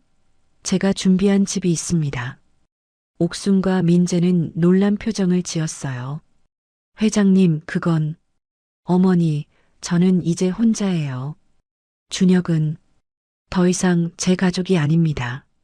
하지만 여러분은 제 진짜 가족입니다. 함께 살고 싶습니다. 민재는 옥순을 바라봤어요. 옥순도 민재를 바라봤죠. 두 사람은 눈빛으로 대화했습니다. 할머니, 우리 할아버지랑 같이 살아요. 옥순은 한영철을 바라봤어요. 회장님, 정말 괜찮으시겠어요? 저희 같은 사람들이. 어머니, 무슨 말씀이세요? 여러분은 제 생명의 은인들입니다. 가족입니다. 옥수는 눈물을 흘렸어요. 감사합니다, 회장님. 정말, 정말 감사합니다. 민재도 눈물을 흘리며 한영철을 안았습니다.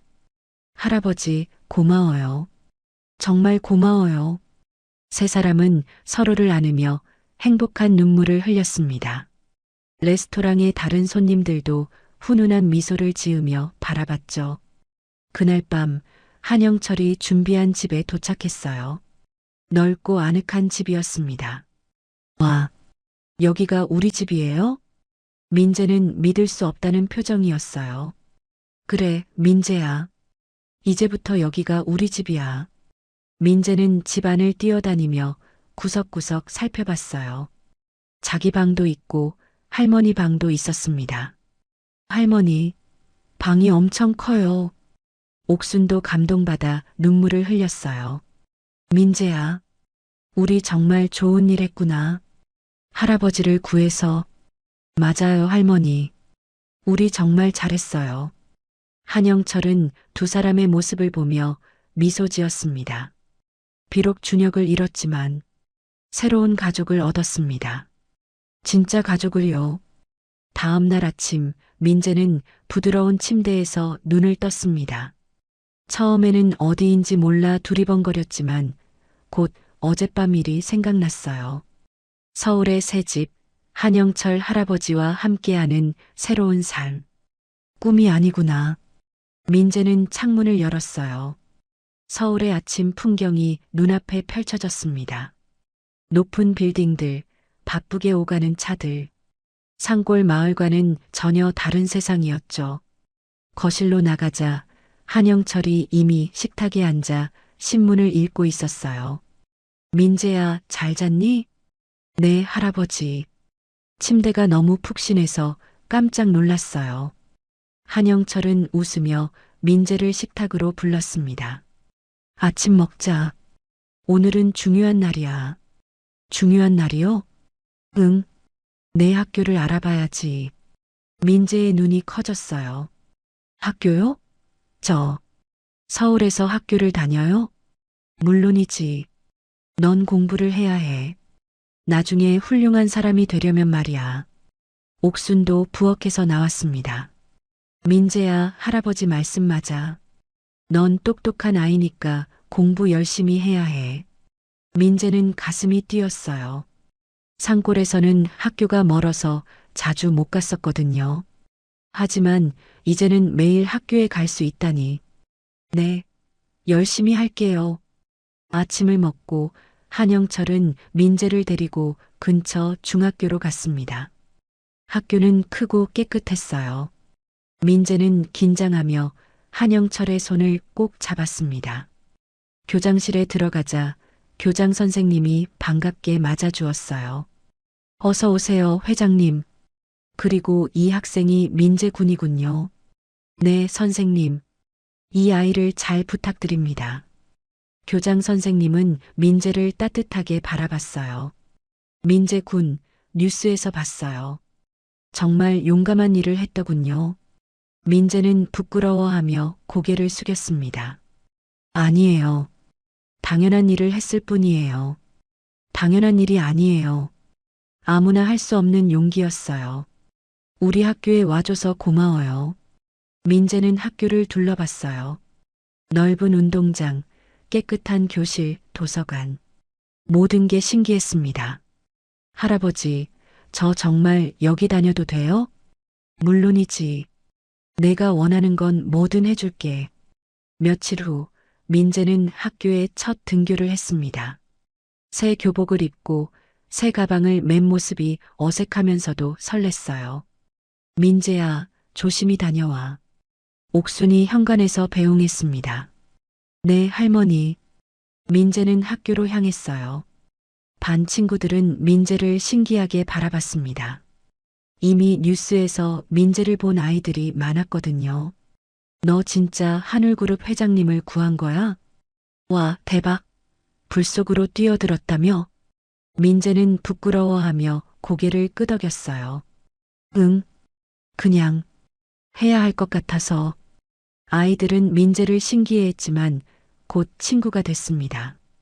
민재는 순수하고 착해서 모두가 좋아했거든요. 한편 한영철은 회사에서 바쁜 나날을 보내고 있었습니다. 준혁이 만들어 놓은 비리들을 하나하나 정리하는 작업이었죠. 회장님, 해외 비자금 계좌를 모두 정리했습니다. 고생했네. 그 돈은 전부 회사로 환수하고 일부는 산불 피해 복구에 써주게. 알겠습니다, 회장님. 한영철은 또한 산불 피해 지역 복구 사업을 직접 챙겼어요. 나무를 심고 토양을 개선하고 생태계를 복원하는 일이었습니다. 어느 주말 한영철은 민재와 옥순을 데리고 산불 현장으로 갔습니다. 복구 작업이 한창이었어요. 수많은 인부들이 나무를 심고 있었죠. 와, 나무가 엄청 많아요. 민재는 신기해하며 나무들을 바라봤어요. 그래, 민재야. 이 나무들이 자라면 산이 다시 푸르러질 거야. 할아버지, 저도 나무 심어도 돼요? 물론이지. 민재는 작은 소나무 묘목을 받아 땅에 심었어요. 조심스럽게 흙을 덮고 물을 주었습니다. 이 나무가 크면 정말 멋질 것 같아요. 한영철은 민재 옆에서 함께 나무를 심었어요. 민재야, 이 나무처럼 너도 크게 자라라. 훌륭한 사람이 되는 거야. 네, 할아버지. 꼭 그렇게 할게요. 옥순도 함께 나무를 심었습니다. 세 사람은 땀을 흘리며 일했지만 얼굴에는 행복한 미소가 가득했어요. 저녁이 되어 집으로 돌아왔을 때 한영철은 민재에게 말했습니다. 민재야, 잠깐 이리 와봐. 네, 할아버지. 한영철은 민재를 서재로 데려갔어요. 책장 가득 책들이 꽂혀 있었고 책상 위에는 서류들이 정리돼 있었습니다. 민재야, 이걸 보렴. 한영철은 서랍에서 낡은 사진첩을 꺼냈어요. 사진첩을 펼치자 젊은 시절 한영철의 모습이 나왔습니다. 그리고 그 옆에 민재의 아버지 강태수가 있었어요. 아버지, 민재는 눈물을 흘렸습니다. 아버지의 젊은 모습을 보니 그리움이 밀려왔어요. 그래, 내 아버지야. 이 사진은 해외 공장 준공식 날 찍은 거야. 한영철은 다음 장을 넘겼어요. 건물이 무너지고 있는 사진이었습니다. 이게 사고 현장이에요? 응. 이날 내 아버지가 나를 구해주셨어.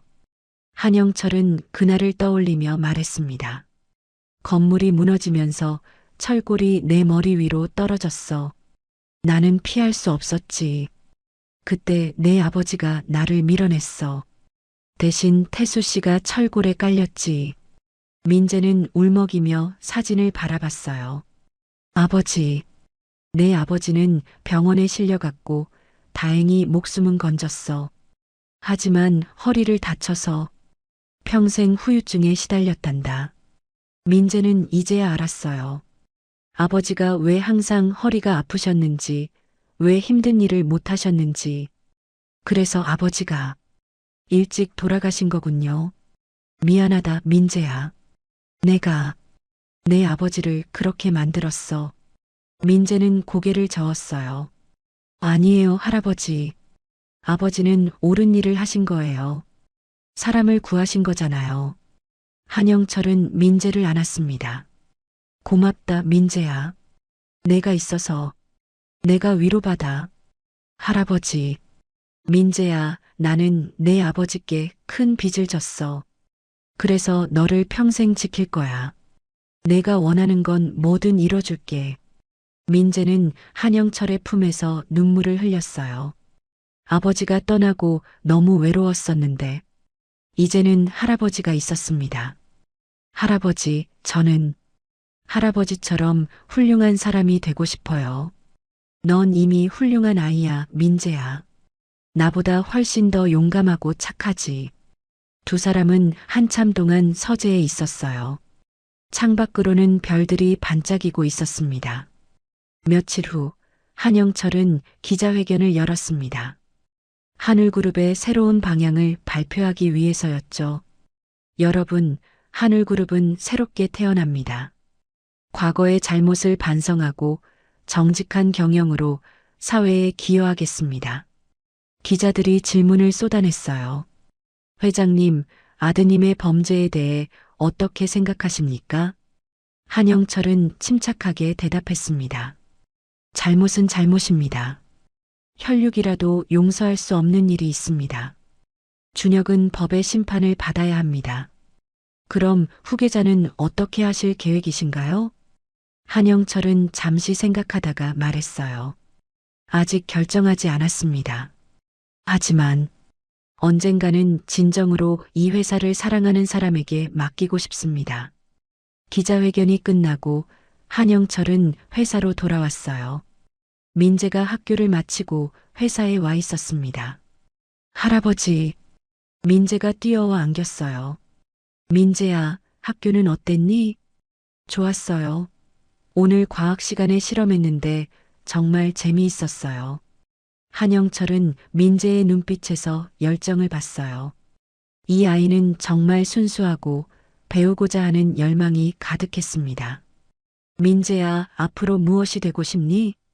민재는 잠시 생각하다가 대답했어요. 저는 할아버지처럼 사람들을 도울 수 있는 사람이 되고 싶어요. 한영철은 감동받았습니다. 그래, 민재야. 넌 분명 그런 사람이 될 거야. 할아버지, 제가 크면 할아버지 회사에서 일해도 돼요? 물론이지. 내가 원한다면 언제든지. 민재는 환하게 웃었어요. 고마워요, 할아버지. 그날 저녁 세 사람은 함께 저녁을 먹었습니다. 옥순이 직접 만든 된장찌개와 김치가 식탁에 올라왔어요. 어머니, 이 맛. 정말 고향 생각나네요. 한영철은 감동하며 말했습니다. 회장님, 맛있게 드세요. 저도 할머니 음식이 제일 맛있어요. 민재도 밥을 맛있게 먹었어요. 식사를 하며 한영철은 생각했습니다. 준혁을 잃은 건 슬펐지만 민재와 옥순을 얻었습니다. 진짜 가족을 얻은 거죠.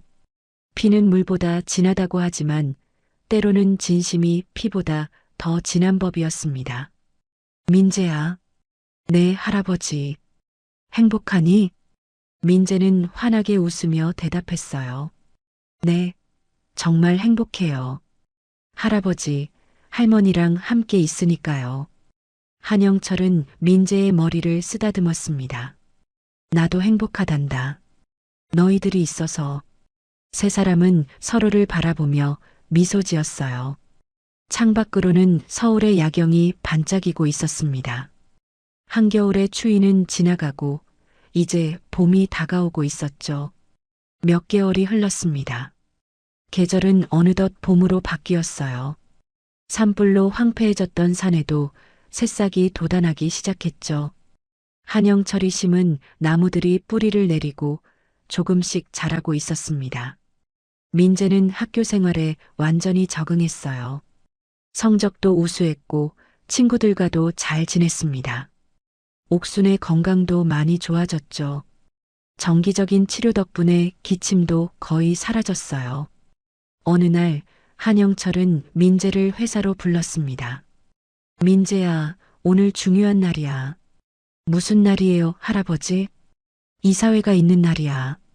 너도 함께 가자. 민재는 긴장하며 물었어요. 제가 가도 돼요? 물론이지.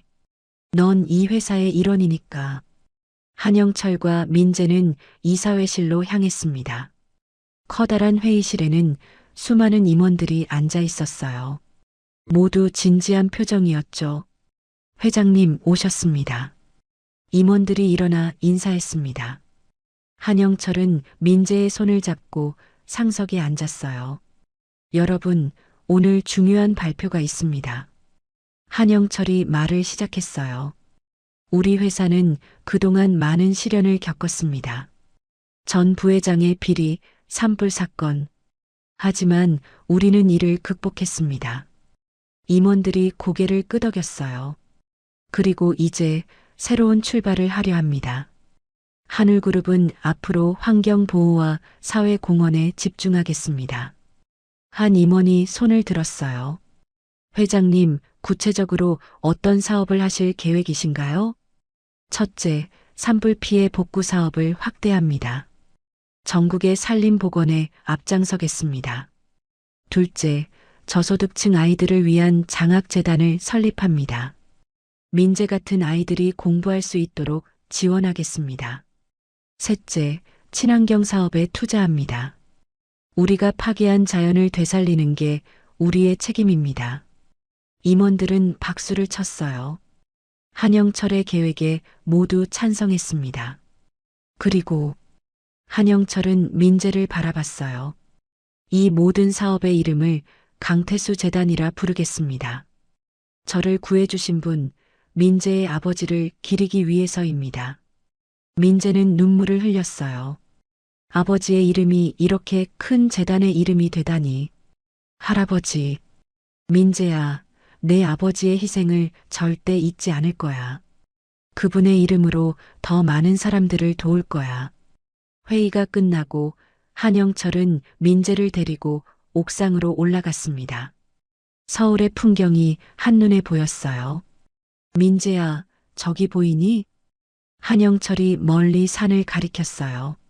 저 산들이 다시 푸르러질 거야. 우리가 심은 나무들이 자라서 말이야. 정말요?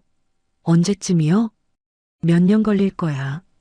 하지만 기다릴 만한 가치가 있지. 민재는 고개를 끄덕였어요. 할아버지, 저도 나무처럼 천천히 자랄게요. 크고 튼튼하게요. 한영철은 민재를 안았습니다. 그래, 민재야. 천천히 하지만 확실하게 자라렴. 며칠 후 구치소에서 연락이 왔습니다. 준혁이 한영철을 만나고 싶어 한다는 거였어요. 한영철은 오랫동안 고민했습니다. 준혁을 만나야 할까요? 아니면 거절해야 할까요?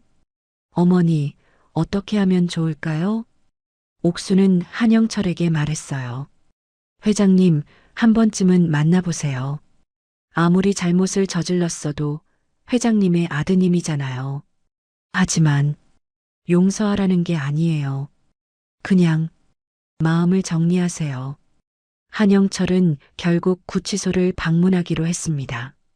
민재도 함께 가겠다고 했어요. 민재야, 넌 안 가도 돼. 좋은 광경은 아닐 거야. 아니에요, 할아버지. 저도 가고 싶어요. 구치소 면회실에서 한영철과 민재는 준혁을 기다렸습니다. 잠시 후 수의를 입은 준혁이 나타났어요. 몇 달 사이에 많이 야위었습니다. 아버지, 준혁은 유리창 너머로 한영철을 바라봤어요. 눈물이 흘러내렸죠. 아버지, 죄송합니다. 정말 죄송합니다. 한영철은 준혁을 차갑게 바라봤습니다. 무엇이 미안하다는 거냐? 모든 게 다 제 잘못입니다. 아버지를 죽이려 했던 것, 산을 태운 것, 회사 돈을 훔친 것, 모두 다요. 준혁은 고개를 숙였어요. 감옥에 있으면서 많이 생각했습니다. 제가 얼마나 어리석었는지, 얼마나 욕심이 많았는지. 한영철은 아무 말도 하지 않았어요. 아버지, 저를 용서해 주실 수 없나요? 한영철은 잠시 침묵하다가 말했습니다. 용서, 그건 내가 할 수 있는 게 아니야. 아버지, 넌 나만 해친 게 아니야. 숲을 태웠고 수많은 생명들을 위험에 빠뜨렸어. 그들에게도 용서를 구해야지. 준혁은 울먹였어요. 저, 어떻게 해야 하나요? 한영철은 민재를 바라봤습니다. 이 아이를 봐라. 13살밖에 안 된 아이가 목숨을 걸고 사람을 구했어. 넌 35살인데 목숨을 빼앗으려 했지. 준혁은 민재를 바라봤어요. 민재야, 미안해. 정말 미안해. 민재는 준혁을 똑바로 바라보며 말했습니다. 저는 당신을 용서할 수 없어요. 할아버지를 죽이려 했잖아요. 알아. 나도 날 용서 못해. 한영철이 일어섰어요. 준혁아, 나는 너를 용서하지 않을 거야. 하지만요? 내가 진심으로 반성한다면 감옥에서 나온 뒤 새 삶을 살 수 있을 거야. 그때는 다시 시작할 기회를 주마. 준혁은 눈물을 흘렸어요. 감사합니다, 아버지. 정말 감사합니다. 한영철과 민재는 구치소를 나왔습니다. 밖은 따뜻한 봄날이었어요. 할아버지, 괜찮으세요? 응. 마음이 좀 가벼워진 것 같아. 이제 진짜 앞으로 나아갈 수 있을 것 같다. 민재는 한영철의 손을 꼭 잡았습니다. 할아버지, 저는 절대 할아버지를 실망시키지 않을게요. 알아, 민재야. 넌 이미 충분히 잘하고 있어. 그날 저녁 뉴스에서 특별 보도가 나왔습니다. 하늘그룹이 오늘 강태수 재단을 공식 출범했습니다. 1,000억 원 규모의 이 재단은 저소득층 학생 지원과 산림 복구에 쓰일 예정인데요. 화면에는 한영철과 민재가 재단 현판식을 하는 모습이 나왔어요. 민재는 아버지의 이름이 새겨진 현판을 자랑스럽게 바라봤습니다. 아버지, 보고 계세요? 아버지 이름으로 많은 사람들을 도울 거예요. 옥수는 텔레비전을 보며 눈물을 흘렸어요. 태수야, 우리 민재가 정말 잘 자랐지? 내가 하늘에서 지켜주는 것 같아. 며칠 후 한영철은 민재를 데리고 산불 현장을 다시 찾았습니다. 몇 달 전 민둥산이었던 곳에 이제는 작은 새싹들이 돋아나고 있었어요. 와, 할아버지, 나무가 자랐어요. 민재는 자신이 심었던 소나무를 찾아갔습니다. 작은 묘목이 이제는 무릎 높이만큼 자라 있었어요. 할아버지, 제 나무예요. 그래, 민재야. 내 나무가 잘 자라고 있구나. 민재는 나무에 물을 주며 말했어요. 쑥쑥 자라라. 크고 튼튼하게. 한영철도 자신이 심은 나무를 찾아갔습니다. 그 옆에는 작은 표지판이 세워져 있었어요. 강태수를 기리며 마이너스 한영철. 한영철은 표지판을 쓰다듬으며 중얼거렸습니다. 태수 씨, 당신의 아들 덕분에 제가 살았습니다. 그리고 당신의 아들을 제 아들처럼 키우겠습니다. 약속합니다. 바람이 불어왔어요. 마치 강태수가 대답하는 것 같았습니다. 민재는 한영철 곁으로 와서 함께 표지판을 바라봤어요. 할아버지, 아버지가 기뻐하실 것 같아요. 그래, 민재야. 분명 기뻐하실 거야. 두 사람은 손을 잡고 산을 내려왔습니다. 봄바람이 따뜻하게 불어왔고 새들이 지저귀고 있었어요. 산 아래 마을에서는 복구 작업이 한창이었습니다. 하늘그룹의 지원으로 마을 주민들도 새 집을 짓고 생계를 되찾고 있었죠. 회장님, 고맙습니다. 마을 사람들이 한영철을 보고 인사했어요. 아니에요. 제가 해야 할 일입니다. 민재야, 잘 지내니? 민재의 옛 친구들도 반가워했습니다. 응, 나 서울에서 학교 다녀. 너희도 놀러와. 아이들은 신나게 떠들었어요. 민재는 여전히 순수한 산골 소년이었습니다. 저녁이 되어 서울로 돌아왔을 때 옥순이 저녁을 준비하고 있었어요. 어머니, 오늘 산에 다녀왔는데 정말 많이 좋아졌어요. 다행이네요, 회장님. 그 산이 다시 살아나는군요. 네, 어머니. 모든 게 민재 덕분입니다. 민재는 부끄러워하며 말했어요. 아니에요, 할아버지. 제가 한 건 별로 없어요. 아니야, 민재야. 내가 나를 구하지 않았다면 이 모든 일이 일어나지 않았을 거야. 세 사람은 함께 저녁을 먹었습니다. 따뜻한 국물, 맛있는 반찬, 그리고 무엇보다 서로에 대한 사랑이 가득한 식탁이었어요. 민재야, 다음 주에 중간고사지? 네, 할머니. 열심히 공부하고 있어요. 우리 민재, 공부도 잘하고 정말 자랑스러워. 한영철은 민재를 바라보며 생각했습니다. 이 아이가 있어서 자신의 삶이 의미 있어졌다고요. 준혁을 잃은 슬픔도 있지만 민재를 얻은 기쁨이 더 컸습니다. 민재야. 네, 할아버지. 넌 나의 자랑이야. 민재는 환하게 웃었어요. 할아버지도 제 자랑이에요. 그날 밤 민재는 일기를 썼습니다. 오늘 아버지를 기리는 재단이 만들어졌다. 할아버지는 아버지의 이름을 절대 잊지 않으실 거라고 했다. 나도 아버지처럼 훌륭한 사람이 되고 싶다. 할아버지처럼 착한 사람이 되고 싶다. 언젠가는 나도 누군가를 도울 수 있는 큰 사람이 될 거다. 민재는 일기장을 덮고 창밖을 바라봤어요. 별들이 반짝이고 있었습니다. 아버지도 저 하늘 어딘가에서 자신을 지켜보고 있을 거예요. 아버지, 보고 싶어요. 하지만 행복해요. 할아버지와 할머니가 있어서요. 걱정 마세요. 저 잘 지내고 있어요. 민재는 미소를 지으며 잠자리에 들었습니다. 내일은 또 어떤 좋은 일이 기다리고 있을까요? 세월이 흘러 몇 년이 지났습니다. 민재는 이제 고등학생이 됐어요. 키도 훌쩍 자라서 한영철의 어깨를 넘어섰죠. 공부도 잘해서 전교 상위권을 유지하고 있었습니다. 옥순의 건강은 완전히 회복됐어요. 이제는 산책도 나가고 이웃들과 어울려 지내고 있었습니다. 한영철도 여전히 건강했지만 이제는 회사 일을 조금씩 줄여가고 있었어요. 어느 봄날 한영철은 민재를 불렀습니다. 민재야, 오늘 산에 가자. 네, 할아버지. 나무들 보러 가는 거죠? 응. 그리고 너한테 보여줄 게 있어. 두 사람은 차를 타고 그 산으로 향했습니다. 몇 년 전 민둥산이었던 곳은 이제 완전히 달라져 있었어요. 푸른 나무들이 빽빽하게 자라 있었고 새들이 지저귀고 있었죠. 와, 할아버지, 완전히 숲이 됐어요. 민재는 감탄하며 주변을 둘러봤어요. 그래, 민재야. 내가 심은 나무도 이제 이만큼 자랐단다.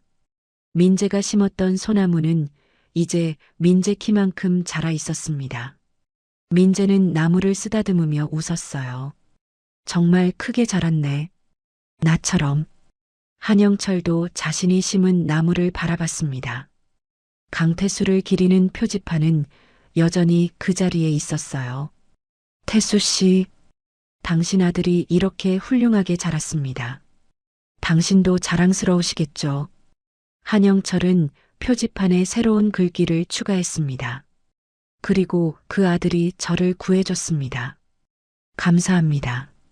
민재는 아버지의 이름이 새겨진 표지판을 바라보며 눈물을 흘렸어요. 아버지, 저 잘 지내고 있어요. 할아버지께서 정말 잘 돌봐주세요. 두 사람은 나무 아래에 앉아 도시락을 먹었습니다. 옥순이 정성껏 싸준 김밥과 과일이었죠.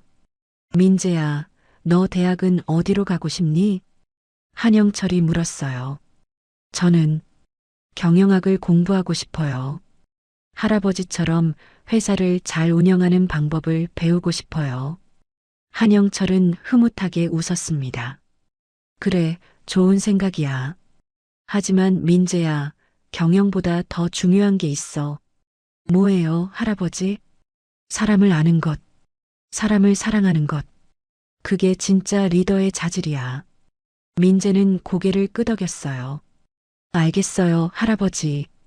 제가 배운 가장 큰 교훈이에요. 사람이 가장 중요하다는 것. 한영철은 민재의 어깨를 두드렸습니다. 넌 이미 그걸 알고 있구나. 그래, 넌 훌륭한 리더가 될 거야. 도시락을 다 먹고 두 사람은 산을 내려왔어요. 마을은 완전히 복구되어 예전보다 더 아름다워졌습니다. 회장님, 민재야. 마을 사람들이 반갑게 인사했어요. 덕분에 잘 살고 있습니다. 민재야, 대학 가면 우리 마을 잊지 마. 민재는 웃으며 대답했어요. 절대 안 잊어요. 여기가 제 고향이에요. 서울로 돌아오는 길, 한영철은 민재에게 말했습니다. 민재야, 다음 주에 중요한 발표가 있어. 무슨 발표요, 할아버지? 이사회에서 후계자를 정식으로 발표할 거야. 민재의 눈이 커졌어요. 후계자요? 그럼 누구예요? 한영철은 민재를 바라보며 미소 지었습니다. 천천히 준비하면 돼. 아직 시간 많아. 민재는 할아버지의 의중을 알아챘어요. 하지만 부담스러웠습니다. 할아버지, 저 아직 어려요. 그런 큰 책임을. 민재야, 지금 당장은 아니야. 내가 대학 졸업하고 회사에서 경험을 쌓은 다음에 생각해도 늦지 않아. 민재는 안도의 한숨을 쉬었어요. 다행이다. 저 아직 준비가 안 됐거든요. 그래서 지금부터 준비하는 거야. 천천히 확실하게. 다음 주 하늘그룹 이사회가 열렸습니다. 민재는 방청석에 앉아 있었어요.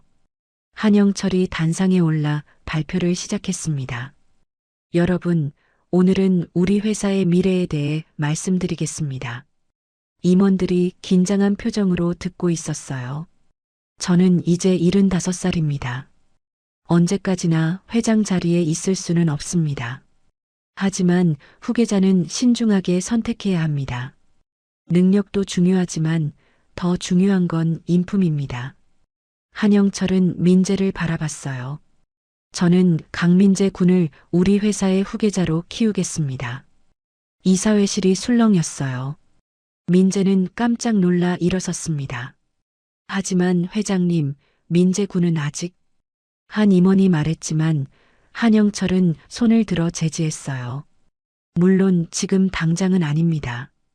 민재가 대학을 졸업하고 회사에서 10년 정도 경험을 쌓은 후에 정식으로 승계할 겁니다. 하지만 그때까지는 제가 직접 가르치고 준비시키겠습니다. 이 아이는 제 생명의 은인이자 진정한 제 후계자입니다. 임원들은 서로 눈빛을 교환했어요. 하지만 반대하는 사람은 없었습니다. 민재의 인품과 능력을 모두 인정하고 있었거든요. 민재야, 앞으로 나와봐. 한영철이 민재를 불렀어요. 민재는 떨리는 걸음으로 앞으로 나갔습니다. 여러분, 이 아이를 잘 부탁드립니다. 임원들이 일제히 일어나 박수를 쳤어요. 민재는 눈물을 참으며 고개를 숙여 인사했습니다. 감사합니다. 열심히 배우고 노력하겠습니다. 회의가 끝나고 한영철은 민재를 회장실로 데려갔습니다. 민재야, 부담스럽지? 네. 사실 엄청 부담스러워요. 한영철은 민재를 안치고 차를 건넸어요. 괜찮아. 천천히 하면 돼. 그리고 나는 내가 할 수 있다는 걸 알아.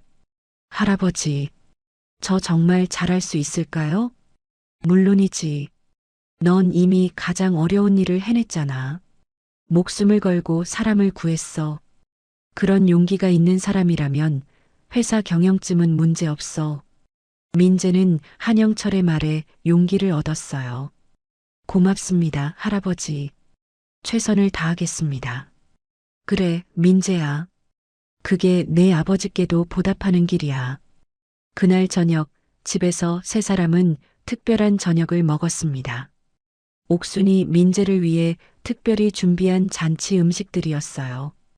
우리 민재 후계자가 됐다며? 정말 자랑스럽구나. 옥수는 눈물을 흘리며 민재를 안았어요. 할머니, 저 아직 많이 부족해요. 아니야, 민재야. 넌 충분히 훌륭해. 내 아버지도 하늘에서 기뻐하실 거야. 한영철도 잔을 들었습니다. 민재야, 건배하자. 우리 새로운 시작을 위해. 네, 할아버지. 세 사람은 잔을 부딪혔어요. 웃음소리가 집 안가득 울려 퍼졌습니다. 몇 년 후 민재는 대학을 졸업하고 한울그룹에 입사했습니다. 인턴으로 시작해서 각 부서를 돌아가며 경험을 쌓았어요. 처음에는 서툴렀지만 민재는 열심히 배웠습니다. 민재 과장님, 이 보고서 확인 부탁드립니다. 네, 검토해 볼게요.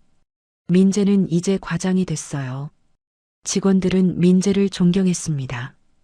겸손하고 직원들을 배려하는 리더였거든요. 한편 한영철은 이제 80살이 넘었지만 여전히 건강했어요. 매일 출근해서 민재를 지도했습니다. 민재야, 이 안건은 이렇게 처리하는 게 좋겠어. 네, 할아버지. 배웠습니다. 어느 날 한영철은 민재를 그 산으로 데려갔습니다. 이제는 완전한 숲이 된 그곳이었어요. 민재야, 기억나니? 내가 나를 구한 곳.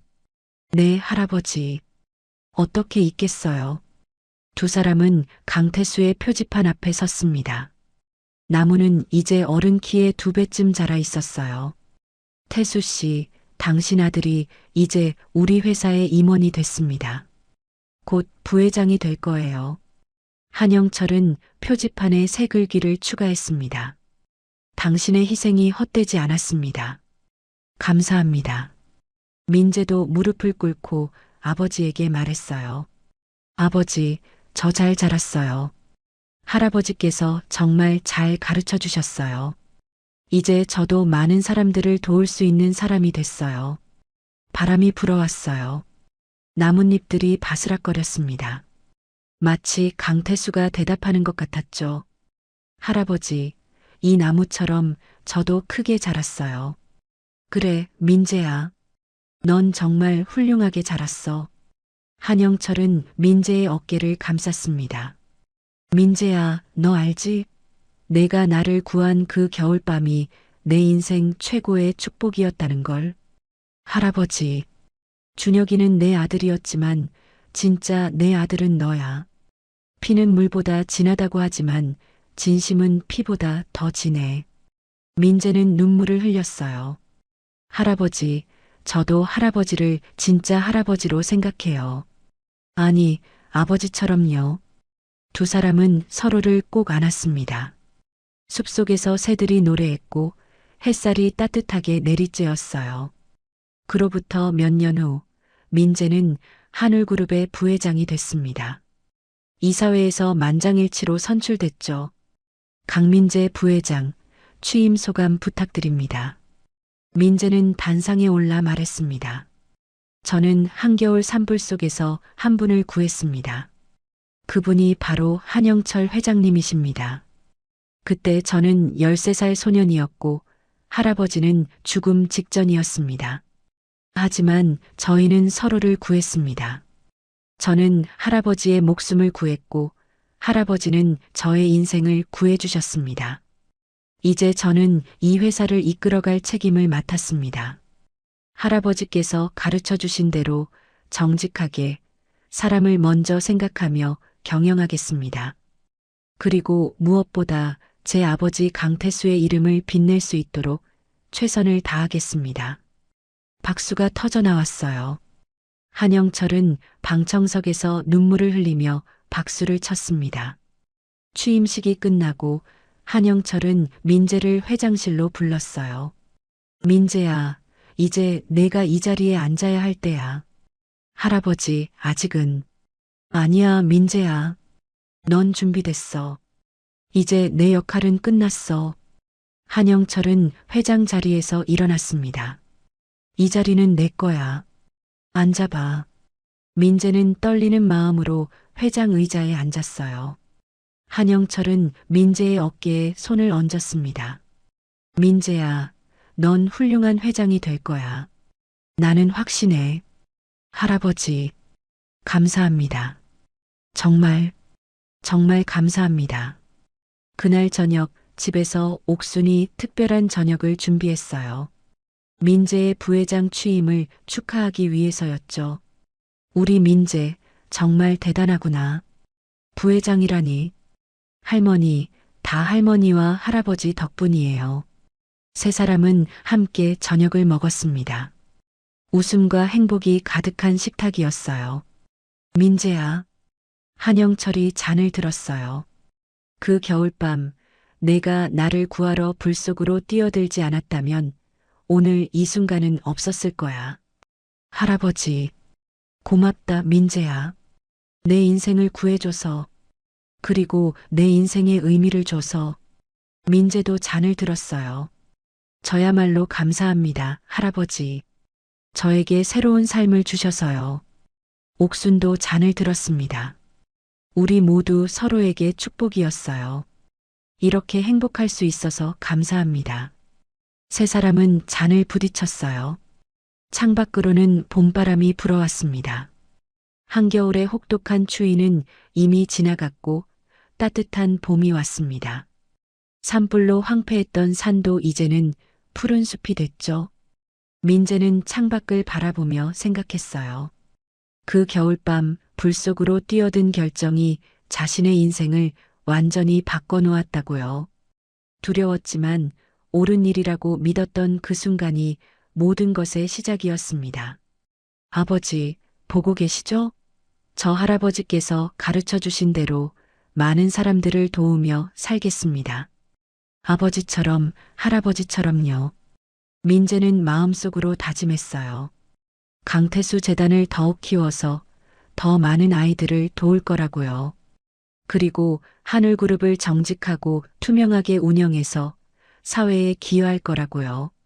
한영철은 민재를 바라보며 미소 지었습니다.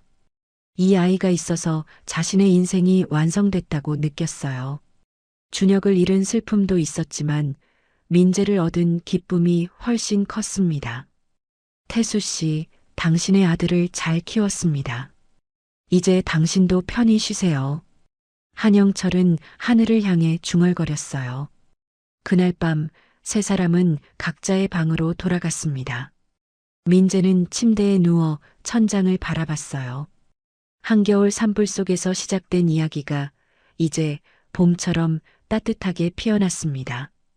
겨울의 추위를 이겨낸 나무가 봄에 더욱 아름답게 꽃을 피우듯이 고난을 이겨낸 사람들의 삶도 더욱 빛나고 있었죠. 민재는 눈을 감았어요. 내일은 또 어떤 좋은 일이 기다리고 있을까요? 할아버지와 함께, 할머니와 함께, 그리고 하늘의 아버지와 함께. 민재는 새로운 내일을 꿈꾸며 잠에 들었습니다. 한겨울의 혹독한 추위 속에서 피어난 따뜻한 인연. 불길 속에서 시작된 기적 같은 이야기. 그 이야기는 이제 새로운 봄을 맞이하며 영원히 계속될 것입니다.